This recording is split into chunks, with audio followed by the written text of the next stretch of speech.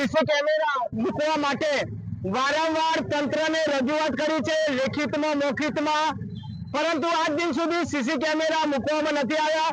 માલપુરની આશરે 10,000 થી વધુ વસ્તી છે, તેમ છતાં માલપુરની અંદર સીસી કેમેરા નથી। તાલુકા પેશ ગામ હોવા છતાંય સીસી કેમેરા નથી।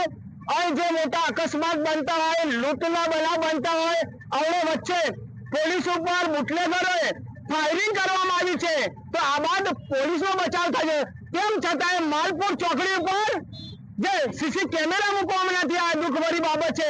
તો અમે તંત્રને વિનંતી કરીએ છીએ કે તાત્કાલિક સીસી કેમેરા મૂકવા જોઈએ, એવી અમારી માંગ છે। આવનાર સમયમાં જો સીસી કેમેરા મૂકવામાં નહીં આવે તો હું લાલજી ભગત हमारी मांगे हमारी मांगे हमारी मांगे हमारी मांगे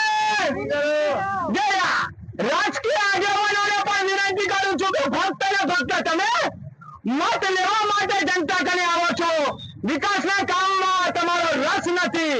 સાથે સાથે જે આગેવાનો છે માલપુર તાલુકાના, એ ફક્ત ને ફક્ત જો સ્ટેજ મળે એ લોકોને ગ્રાન્ટ આપવામાં આવે છે, જે લોકો ફુલાર કરે છે એમને ગ્રાન્ટ આપવામાં આવે છે, જે લોકો કમિશન આપે છે એમને ગ્રાન્ટ આપવામાં આવે છે, પરંતુ માલપુર ચોકડી પર કેટલાય વર્ષથી જે સીસી કેમેરા મૂકવામાં નથી આવ્યા એના માટે કોઈ ગ્રાન્ટ ફાળવવામાં આવતી નથી। માલપુર નદીની અંદર વારંવાર લોકો આત્મવિલોપન કરે છે, ત્યાં પણ ગાડી મૂકવામાં આવતી નથી।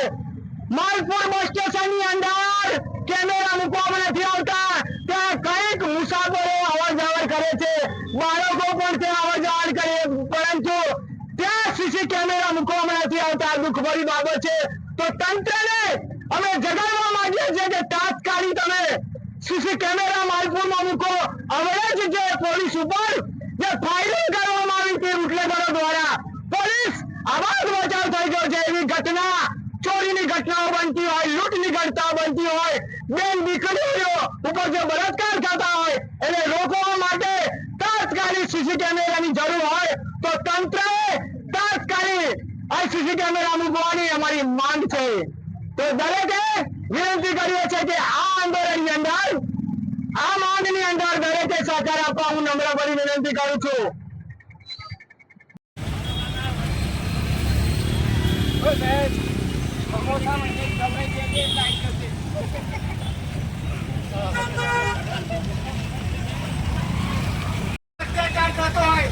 પોલીસને વિનંતી કરીએ છીએ કે અમે જે માલપુર ચોકડી